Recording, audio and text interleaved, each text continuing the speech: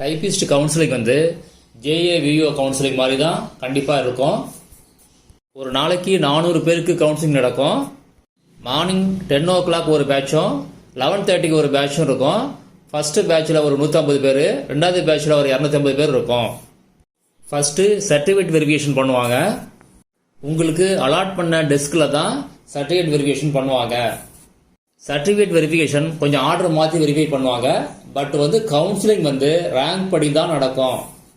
சர்டிஃபிகேட்டை பொறுத்த வரைக்கும் நீங்கள் என்ன சர்டிஃபிகேட் அப்லோட் பண்ணீங்களோ இல்லை ரீ அப்லோட் பண்ணீங்களோ அந்த சர்டிஃபிகேட் தான் வெரிஃபை பண்ணுவாங்க. மற்ற சர்டிஃபிகேட் மேக்ஸிமம் கேட்க மாட்டாங்க.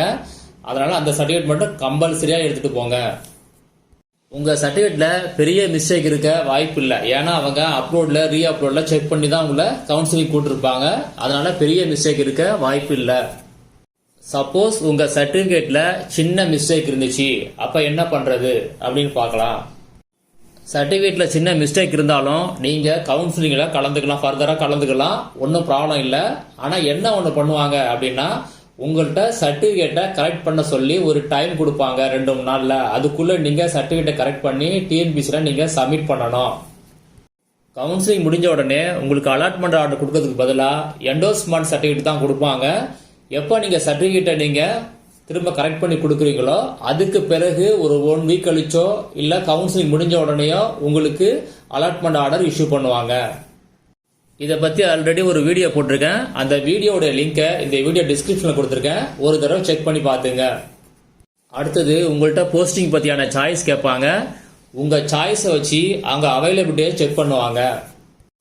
அப்படி உங்கள்கிட்ட சாய்ஸ் கேட்கும்போது நீங்கள் உங்களுக்கு இம்பார்ட்டண்டான டிபார்ட்மெண்ட் என்ன நினைக்கிறீங்களோ அந்த டிபார்ட்மெண்ட், அதாவது ரெவன்யூ டிபார்ட்மெண்ட், அப்புறமேல commercial tax department, rural department, இந்த மாதிரி டிபார்ட்மெண்ட் உங்க டிஸ்ட்ரிக்ட்ல இருக்கான்னு ஃபர்ஸ்ட் சாய்ஸ் கேளுங்க.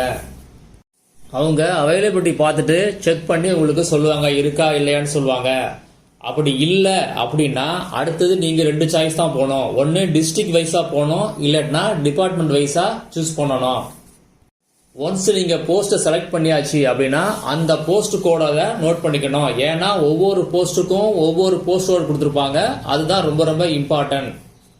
அடுத்தது நீங்க என்ன போஸ்ட் செலக்ட் பண்ணிருக்கீங்க, போஸ்ட் கோடு நம்பர் என்ன, உங்க பேரு அட்ரஸ் எல்லாம் நீங்க மைக்ல அனௌன்ஸ் பண்ணணும். அதை வீடியோ ரெக்கார்டிங் பண்ணுவாங்க.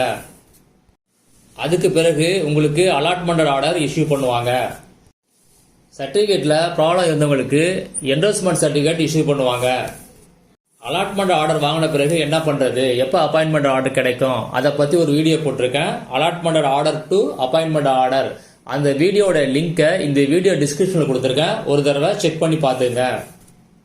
இப்போ நீங்க அலாட்மெண்ட் ஆர்டர் உங்க டிஸ்ட்ரிக்ட்ல வாங்கின பிறகு, ஏதோ ஒரு டிஸ்ட்ரிக்ட்ல வாங்கியிருப்பீங்க, அந்த டிஸ்ட்ரிக்ட்ல வாங்கின பிறகு எந்த லொகேஷன்ல உங்க போஸ்டிங் வேணும், அதாவது ஒரு டிஸ்ட்ரிக்ட்ல நிறைய லொகேஷன் இருக்கும், உங்களுக்கு எந்த லொகேஷன்ல போஸ்டிங் வேணும் அப்படிங்கிறதுக்கு ஒரு பில்லிங் லெட்டர் தரணும். இந்த பில்லிங் லெட்டர் பத்தி ஒரு வீடியோ போட்டிருக்கேன். அந்த வீடியோவோட லிங்கை இந்த வீடியோ டிஸ்கிரிப்ஷன் கொடுத்துருக்கேன். ஒரு தடவை செக் பண்ணி பார்த்துங்க. நெக்ஸ்ட் வீடியோவில் எப்போ உங்க ஹெட் ஆஃபீஸ்ல இருந்து இன்டிமேஷன் லெட்டர் வரும், எப்போ அப்பாயின்மெண்ட் ஆர்டர் இஷ்யூ பண்ணுவாங்க, இதை பத்தி பார்க்கலாம். கவுன்சிலிங் நடக்கும்போது டெய்லி அப்டேட் போடுற, மிஸ் பண்ணாம பாருங்க. வாட்ஸ்அப் குரூப் லிங்கை டிஸ்கிரிப்ஷன்ல கொடுத்துருக்கேன். தேவைப்பட்டா ஜாயின் பண்ணிக்கங்க.